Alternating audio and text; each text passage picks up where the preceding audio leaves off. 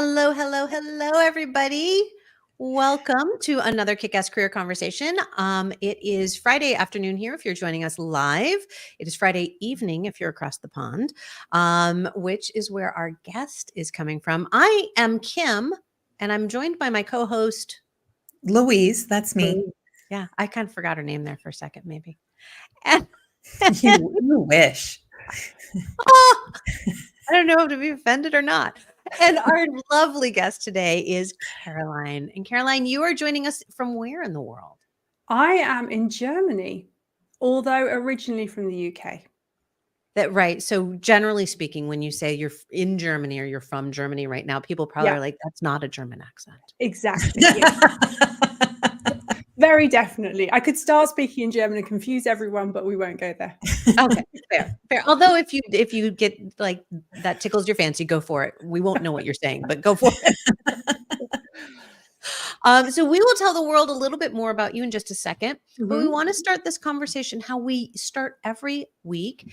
What are we celebrating this week? Go ahead, Caroline. What are you celebrating? I'm celebrating a couple of things, actually. I'm celebrating the fact that my kids are on Easter break because I love having them at home. No appointments. We don't have to be anywhere. We can just relax. And that for me is a massive celebration. And then professionally, I'm celebrating, it's actually today, is cart close on my group coaching program. So I've had an amazing week with that, which has been so fun. So I'm celebrating that as well. Congratulations on both. Yeah. Huge feat. Yeah. Louise, do you know what you're celebrating? I do know what I'm celebrating. It is spring break here for my kiddo too. And as we launch into the Easter weekend, I have some folks traveling from out of town to visit me and my kiddo. And so I don't have a lot of like close people close by, right? Like in this big global world that we have now, it's easy to stay in connection with people from all over the place. But to actually get some FaceTime is so. Yeah, I'm celebrating that and having my friends in from out of town. Yay. Mm-hmm. I am celebrating that today is our 100th episode. That's right. See, this is proof positive that yes, every week Louise shows up to have a great conversation, but doesn't know what the hell is going on. Yes. I do know what's going on. I know you do. In other places. Yes. Just not here all the time. Well, but isn't it a wonderful thing to be in partnership with somebody, with people that, right, we trust, we know that like we just need to show up and do our part and the other people are showing up and doing their parts. And that is absolutely part of the 100th episode celebration, because not only do Louise and I get to do that every week, we get to show up for each other in different ways, and then get to do that publicly with you all. We also get to do that each week with our guests. Like you literally, Caroline, you saw that we were looking for some people to join us, and you're like, I have something to say, and here you are. We haven't talked before. No, and now I'm celebrating on your 100th episode. That's very exciting. I had seen it was your 100th, and I was like, oh, how cool is that? Right? Yeah, it's a party. It's going to be a party up in here while we're talking about really important things, which we'll get to in a second. But I do want to let the world know a little bit more about you, or at least what you have shared with us. Okay. So Caroline has had several career changes over the years and started her KonMari. I always say it wrong. KonMari? Yeah. Okay. Business at the age of 48. She believes it's never too late to pivot and start something new. And she's also done this while supporting one of her child who has autism through mental health crisis. She has 3 kids, 2 are neurodivergent. And so she knows the struggle of not being able to plan a day and in knowing it will all work out as planned. She needs to be super flexible and find those solutions, but she does not, and I love this. I loved this when I read this. She does not believe in work-life balance. So I used to have a newsletter that was called Balance is Bullshit. So work-life balance is I'm sure we'll get into that as well. So as a KonMari professional, KonMari consultant and professional organizer, she helps busy women declutter and organize to create a home that supports their ideal lifestyle. Originally from the UK, she's been living in Germany for the past 18 years and is fluent in German, thankfully. She's married and, like I said, has 3 kids and too many pets. I don't think there is a thing. Caroline, we are so glad you're here with us. I'm very glad to be here. Thank you for having me. An expert pivoter. Yes, I am the master of pivoting. Well, I thought that was your job, Louise. Well, I mean, yes, and but I'm really curious. Like, tell me, and tell us and our listeners a little bit about. I'm really curious about those pivots specifically, and like where you thought you were going to end up. Is it where you ended up? No, nowhere near. So I left school and went to university and studied music, and I used to play cello, and that was my thing, and I loved it. But it became very clear to me I'm not the sort of person who's going to sit and practice for hours every day to be playing in an orchestra. So I decided to train as a classroom music teacher, teaching kids up to the age of 18 in the UK. And that's what I did for years. And I went on to become assistant head teacher, and I was doing my head teacher training. It was all going really well. And so I just assumed I would live out my days as a head teacher somewhere in the UK and would have been quite happy with that. And then one Sunday, I decided to join a group for a hike. And there I met Ralph, who happened to be spending 2 years in the UK from Germany. And 6 months later, I moved to Germany with him, not speaking a word of German, rented out my house, sold my car, just dropped everything and went for love. Crazy. When I think back about it, totally crazy. And I was very fortunate that a local international school was looking for a part-time music teacher. So I could actually go to work and speak English every day at this international school. And that was great. And within 2 years, we had got married and had our first child and went on to have 2 more. And it became quite obvious that me going back full-time as a teacher was not going to work with our family.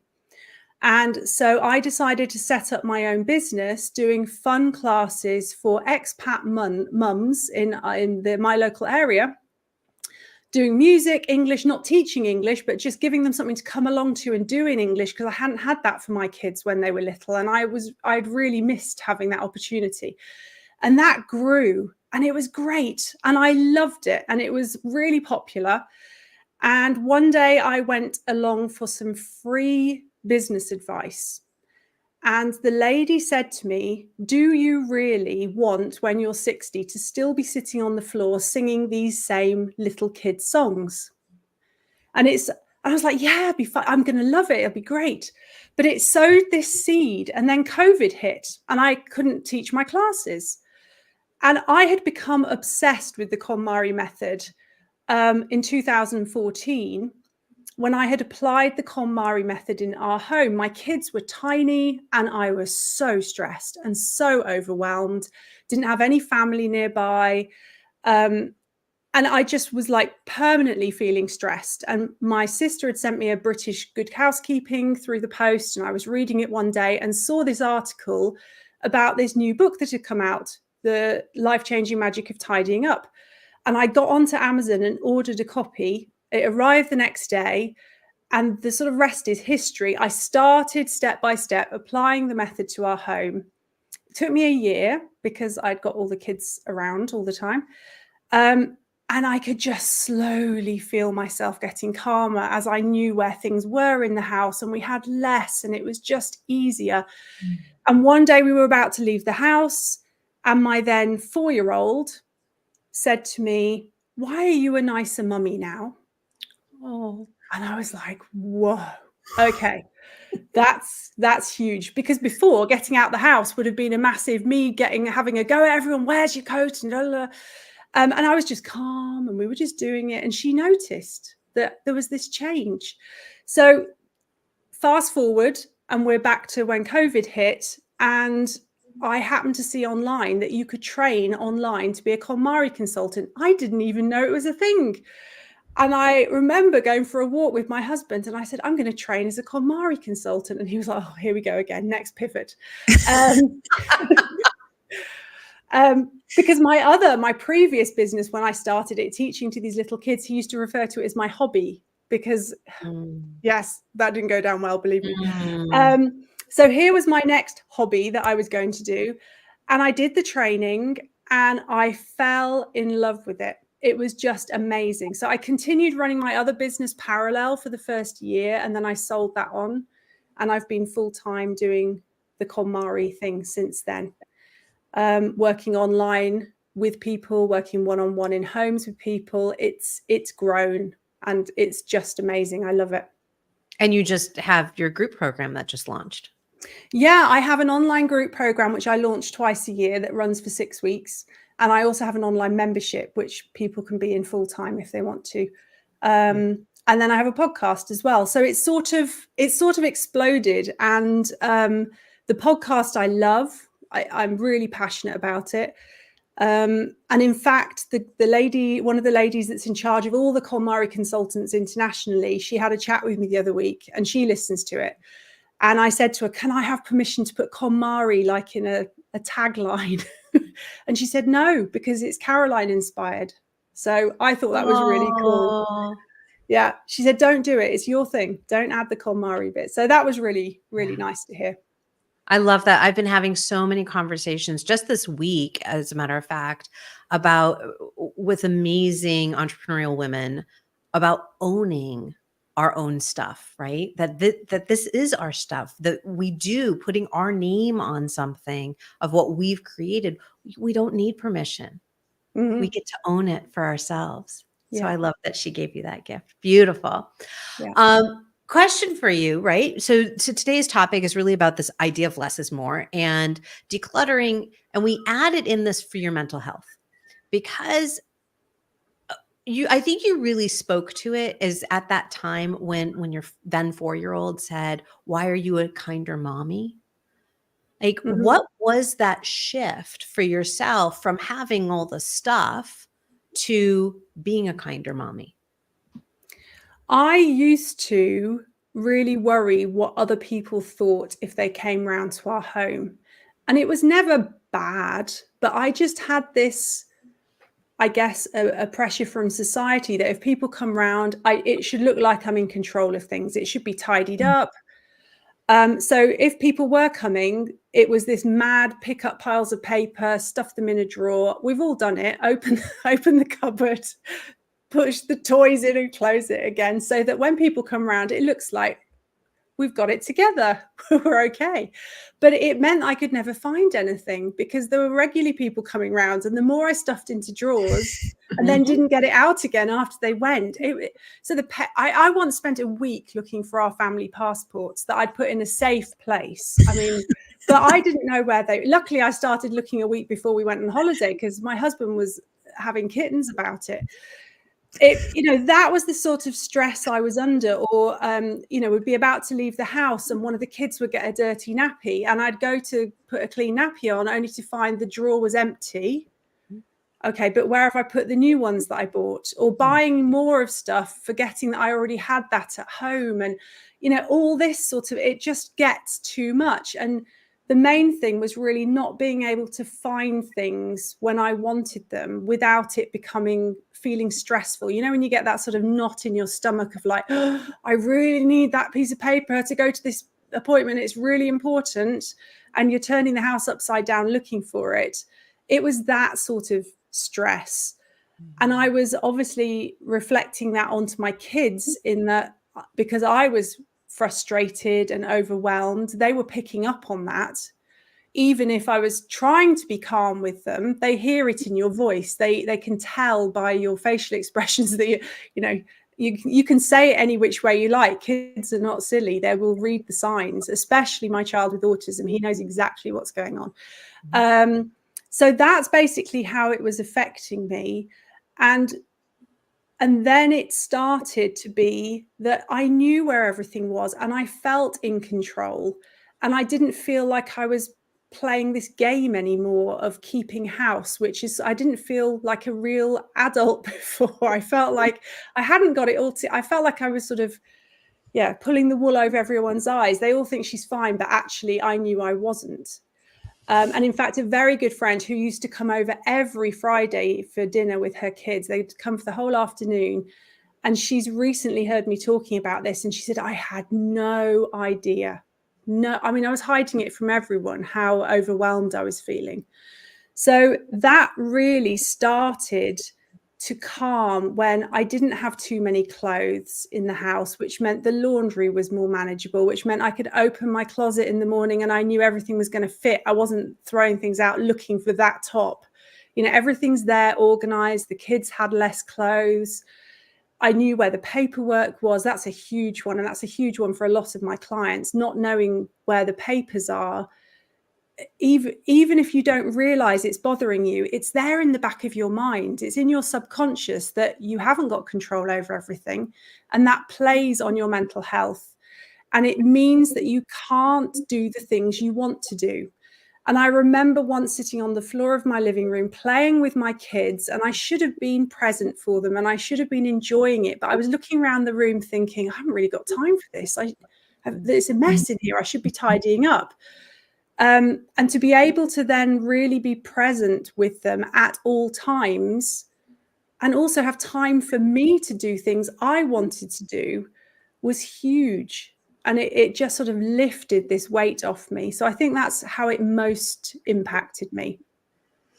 Yeah, it's that mental clutter, right? That just can keep us from being present in the moment. It robs energy from us. But it's clutter that manifests or breeds more mental clutter too. Yeah. And I think also as women, we are very prone to holding everything for everyone in our heads. We know which kid should be where, for which appointment, for which practice.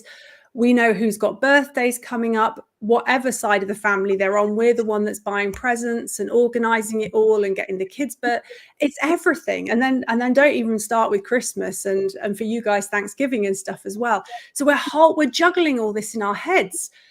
And yet the home, when it's not organized, doesn't help with any of that. It exasperates everything and makes it so much harder. And I think so many women do not realize the impact their home is having on their mental well-being, because when it is decluttered and organized and everyone in the family knows where everything is and doesn't have to keep asking you, it just makes everything calmer and it makes it easier. And it means it's not all down to you. Everyone can share in the responsibility of it. Well, I think that goes back to what I was saying about the ownership even of our businesses, like owning the moniker of I am a business owner, I'm an entrepreneur. It's not a hobby, right? This is my business. This is my methodology. That ownership of what do you have the responsibility of for the family, for the household, for even if you live alone, right? What is truly your responsibility versus anybody else's? Yeah. And allowing us to come to that decluttered mental state of saying, these are the only things I need to be responsible for.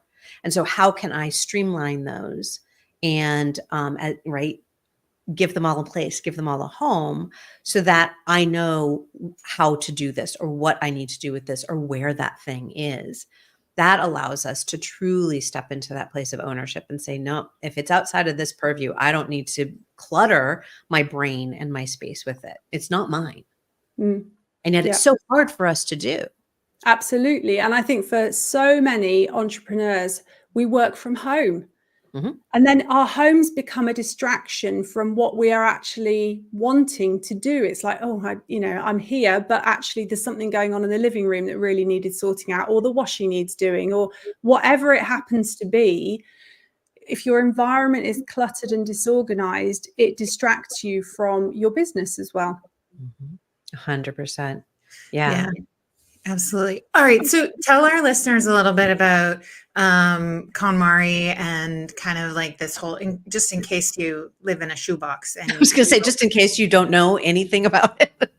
Well, you say that, but I was actually doing an online course with someone a few weeks ago, and I made a reel, and she was looking at it for me, and she said, yeah, I'd said something about KonMari. She said, but I don't know what KonMari is. I was like, oh, okay. So there are people out there.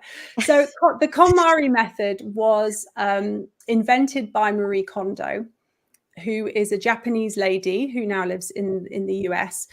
And there are a couple of premises about it. The first one is, before you even start, you are meant to visualize your ideal lifestyle. So what is it you want time to do in your life that you don't have time to do now? Or how do you want to use your space? So for example, you might be really into yoga and want to have a space clear all the time where you can just roll your mat out and have it stored nearby, or even have the mat rolled out all the time, so you don't have to have that extra step, that barrier to actually doing the thing you want to do. So visualizing your ideal lifestyle so that you create a home that supports it. And so many of us have homes that are more like storage units. It's a space in which we keep stuff. And we think it's stuff we love and we need, but it very often isn't, because it's not helping the life we want now and the life we want to have. It doesn't support us in any way, shape, or form.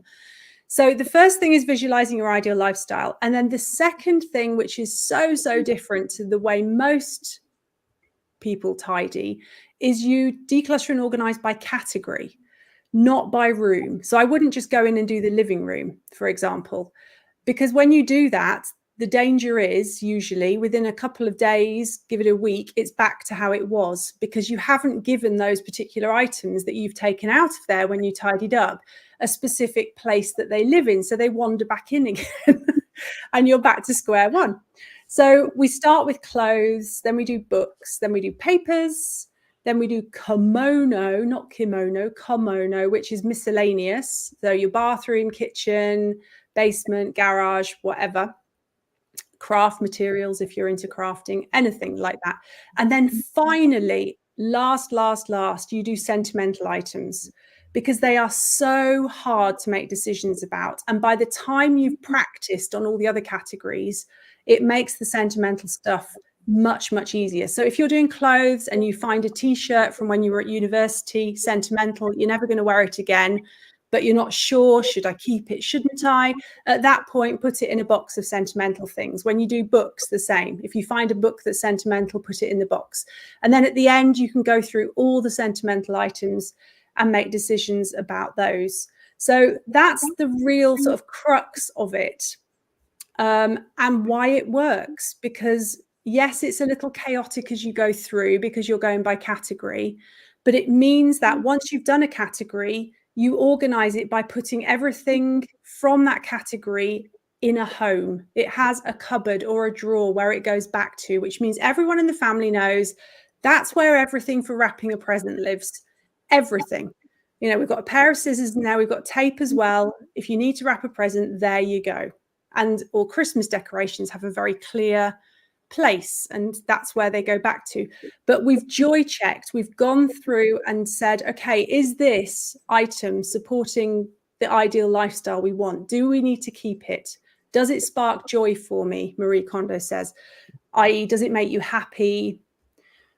Bit hard to know with like a knife in the kitchen, does it make you happy? But we could there are knives that I've gotten rid of because they don't make me happy, because no matter how sharp I get them, they're still not, they don't feel right. Yeah, exactly. So and then you're deciding what to keep. You're not actually deciding what to let go. You're deciding what to keep. And once you've decided what to keep, you know that everything else you can now donate or sell.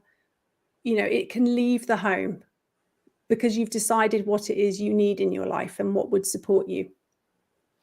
What is the best way to work with kids with this process? I ask very selfishly. There are so many different ways, and it depends on the age of the child. Give me an age. Let's see. Let's just randomly say 14. Girl. Okay. Yeah. Randomly. She's about this tall. She's beautiful soul.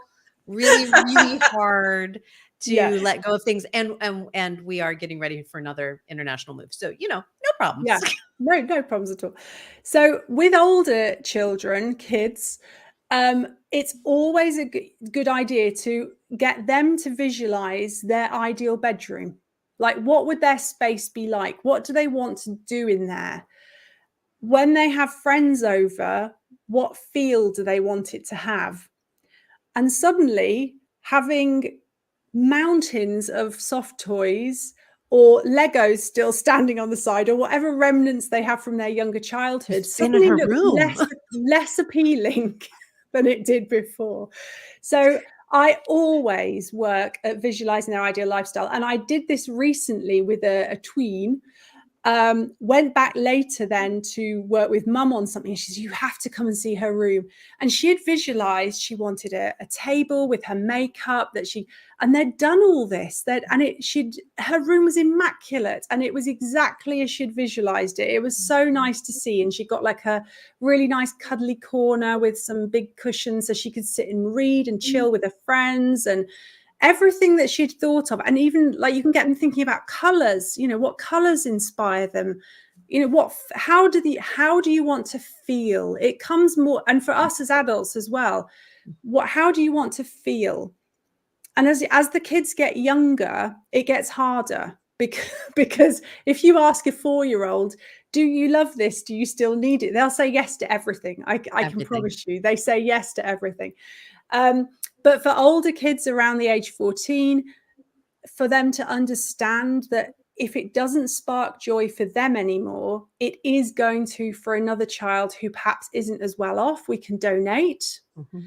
My son is currently selling some items online and he's allowed to keep the money because they're his items. And then he can invest that money in, it'll be Pokemon cards, I would imagine. But whatever it is. Yes. Yeah, exactly. But he's been building back up Lego sets and checking that all the bits are there. And we've been reordering bricks that are missing so that the sets are complete. And then you can make quite a lot of money selling these things secondhand online, especially if you wait till around Christmas to do it. Mm-hmm. So, but I think especially for old, 14, 15, 16, this idea of you have been really lucky to have this. How about we donate this to somewhere so another child can benefit from this? You've grown out of this now, but also be mindful of the fact that they may have a sentimental attachment to something. So how can we honor that? Is there a special shelf where you can have certain items that are really special to you? Or is there somewhere in a cupboard, like a shelf or a nice box where you can put sentimental items in if they're a bit babyish now to have out on view? Making them get rid of stuff is really dangerous. That's when they're older, they'll start not being able to let go of stuff because they were forced to as children to get rid of everything, and it causes problems for them as adults. So really looking at that sort of emotional connection to other people. How can we help other people by our decluttering, I think is a really good one. I love that. One of the things that I know comes up for our daughter, but also that I've heard from adults, is this feeling of, and it goes a little bit with the sentimentality, but it's a different level of it. And I'm curious if you've come across this as well. It's that place of, I'm ready to let go of this thing, but I know that the person who gave this to me would be really hurt if I got rid of it. And I what came to mind was actually a reel that I saw that somebody had put out there, and they said, I need to own that I have an entire cupboard filled with sweaters that people I love give to me over the years, and I need to be okay with letting go of them. But I feel really guilty because I know that the one time a year I'm going to see them, they expect to see me in the sweater. And so that type of sentimentality where we're attached to somebody, what we believe somebody else's emotions are, like the mental clutter that we hold on to, physical clutter for. I'm curious if you've come across that as well. Oh, absolutely. I mean, the amount of times that clients, you open a drawer and it's full of unwanted gifts that they feel they can't get rid of. The way I always talk to people about it is the gift is not in the actual physical item. The gift is in the fact that person thought of you and invested their time, energy, and maybe money to get you that item. The joy was in them gifting you something. And that moment has passed, and it's now yours, and it's yours to decide what you do with it. And if you have people who are going to take offense at you getting rid of things, then you need to have that conversation with them, or say to them, I really love that you gift me something every Christmas. It's so special that you invest the time, but I am now going to try and not bring so much stuff into my home. What I would really love is to spend some time with you. How about you take me out for lunch? Or how about we spend a day together? Or you cook a meal for me? That would bring me as much joy, because we never know how much time we have with people, and the time we spend with them is actually more precious than them, you know, spending money on something. I think it's different when someone has spent hours knitting you something and absolutely. But we need to have those conversations, and also we assume the person's going to expect to see us in it. They probably don't. They don't even maybe remember that they gave it to you. That's one of the things I've noticed over the years. Yeah. And I think if you donate it, if you let it go with gratitude for the gift that it has been, and know that somebody else will see it in a thrift shop and go, oh my, I love that. And be really excited to pay $2-3 for a really good sweater, for example, then you have passed that joy on. The joy doesn't stop just because you got the gift. The joy can continue. And I've seen this so often when I have a thrift shop that I use a lot for taking client donations. And I put everything in the shopping trolleys that they have from my car, and I wheel it in, and it's like, vroom, and people come and, oh, look at this. This is so great. I've been wanting one of these. And, you know, what doesn't spark joy for you anymore is definitely going to spark joy for somebody else. So we can let things go with gratitude. Yeah. There's so many parallels. I'm just sitting here all quiet today because I'm like, ooh, like we do this in all kinds of places and spaces with all kinds of stuff, right? Like we hang on to work tasks that aren't ours anymore. We hang on to, right, things that we think are important that just aren't. We outgrow something at work, but yet we still like somehow have this attachment to it. And it really does prevent our growth. It stunts us. It stunts us from experiencing new things, right? When we are hanging on to stuff in our homes, we have less physical space. But when we're hanging on to stuff at work, we have less calendar space. We have less mental capacity to be showing up in the way that we want to show up. There's just like, there's so many like parallels here about like who we are and how we hang on to stuff, because we feel like that stuff somehow is what's grounding us or what's important, when really that's not at all what it is. Well, including thoughts and relationships and beliefs. Yeah.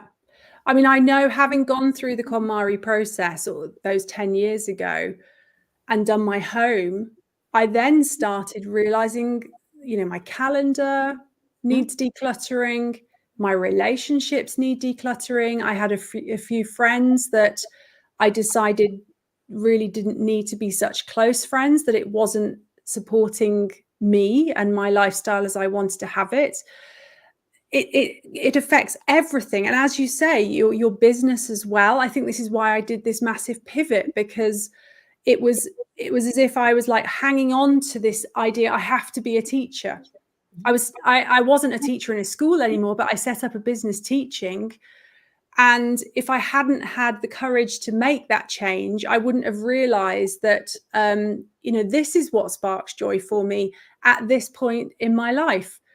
You just sometimes have to take a risk and let things go with gratitude. That is in my past, and this is the life I want for myself now. And that can be to do with making decisions about finding time for health, finding time for exercise, finding more time for areas of your business, all of that sort of stuff. And it's so, so important, because we don't have to hang on to everything. It's so interesting when so a couple weeks ago I was leading a retreat in down in Mexico, and one of the attendees definitely was diving into the release of limiting beliefs, and there were some very key ones that she was actively working on releasing. And I've since talked with her. She's back home, and she is in like purge mode, and she's been releasing clothes, and she's an artist, so releasing art supplies. But she was a former educator. She released her need to hold on to her certification. She's like, I don't need to continue to be certified to teach. I'm not going back to teaching right now, right? I can let go of. And so getting in that place of just taking that first step of release, right? Whether it's, I'm going to go through my clothes and take that step of releasing clothes, or if I'm going to start with releasing some limiting beliefs, just starting that process opens the door for whatever wants to welcome itself in. But our lives are so jam-packed, Yeah. right, that there isn't room to attract in. And really, it is the basis when we're talking about wanting to manifest something in our lives. It is, there needs to be space for that. Yeah. Yeah. And when you create that space, and obviously I see that by people creating space in their homes, the knock-on effect is huge. I've had clients who've gone on to lose a huge amount of weight because they haven't felt they've got the time, the space, the energy to do that before. They were so like trapped by this stuff in their homes. Or I've had clients that have suddenly gone, oh, I want to be this. And they've completely retrained and gone off the other side of the world and done retrain. But they would never have done that before. And it frees your mind and makes you realize that other things are possible. If I can do this, imagine what else is possible. And Marie Kondo says the life-changing magic of tidying up. And it is life-changing. It changed my life beyond recognition. And my husband actually said last week when we were doing the launch for my program, and we did a 3-day workshop, online workshop to promote it. And he was in the chat, dropping links and all the rest of it for me. And he came through after the first session. He was like, oh, that was so fun. And then he came through after the second day and he was like, I'm loving this. And then the next morning he said to me, I've worked out why this is fun. You're relaxed. I mean, who would have thought you could launch and be relaxed? But it is, because I feel in control of everything. I know where everything is. I'm not overwhelmed by my Canva folders or my emails or, all that stuff that just gets so out of control. You can't ever find anything when you need it. So I've been working in the last year really on organizing my digital world, because I'd realized that wasn't as in control as my physical stuff. And that's now made a huge difference, as you were saying before about, the knock-on effect for your business. And, once those things are organized, it makes a huge difference. Yeah, absolutely. I'm looking around going like, where can I start? Where can I start? Help me, Caroline. Well, I always say start with your clothes. It is the first starting point. But before that, you really need to visualize your ideal lifestyle. You've got to really work out what it is or how you want to live and how you want to feel. And I can't stress this enough. How do you want to feel?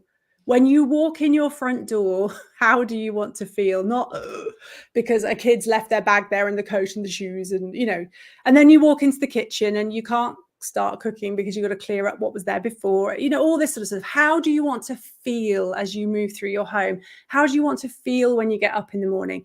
And when you're clear about that, then I really would start with clothes, because clothes are things obviously we wear on our bodies. They're a reflection of us and our personality. And I know that my clothes are radically different now than they were even 5 years ago. And we've all still got stuff in our closets from probably when we were still at university. Have you been to my house? No, I've been to enough clients, I know. Actually, I will say a great way to do this is move internationally, because you're like, I don't want to pay to move that thing. No, exactly. And I have a client, an American client here, and we have done a radical declutter on her home. And I must stress, KonMari is not about minimalism. This comes up in the media all the time. If you like stuff, then have stuff in your home. As long as it sparks joy for you, you can have as much stuff as you like. So it's not, if you want to be minimalist, fine. But we have done a radical declutter. She'd done 5 international moves and always just packed everything up and taken it with her or put it into storage. And this move, everything arrived from Paris, from England, boxes and boxes. She hadn't seen some of them for 7 years. So we've gone through, and she can't wait now. Well, she wants to enjoy her home now. But when she next moves, they're going to weigh everything. And she can't wait to see how much less in weight her stuff is, because she thinks it's going to be absolutely incredible. So, yeah, very freeing. I mean, you don't want to talk about a weight loss program. That's what we did when we moved. So we moved from Chicago to Montreal 2.5 years ago, and we were living in the house that my husband grew up in. So we had all of his family stuff still throughout the house, in the attic and in the basement. And yeah, we went on a significant weight loss program when they first came in and said, well, we're going to assume it's going to be this many pounds to move. And I was like, I'm not paying to move that many pounds of shit. Yeah. No. Mm-hmm. So no. This has been an absolute joy. I really have enjoyed the conversation, and thanks for the tidbits of to help us through our own personal shenanigans. Where can people, I know you just are launching, but where can people find you if they want to continue following along and learn from you? Well, there's 2 main places. One is my website, which is caroline-thor.com, as can be seen on the screen. And then there's also my podcast, which you can find anywhere, which is called Living Clutter-Free Forever. And that comes out every Tuesday. So that's a really good starting point as well if you want to get more information and more tips and tricks.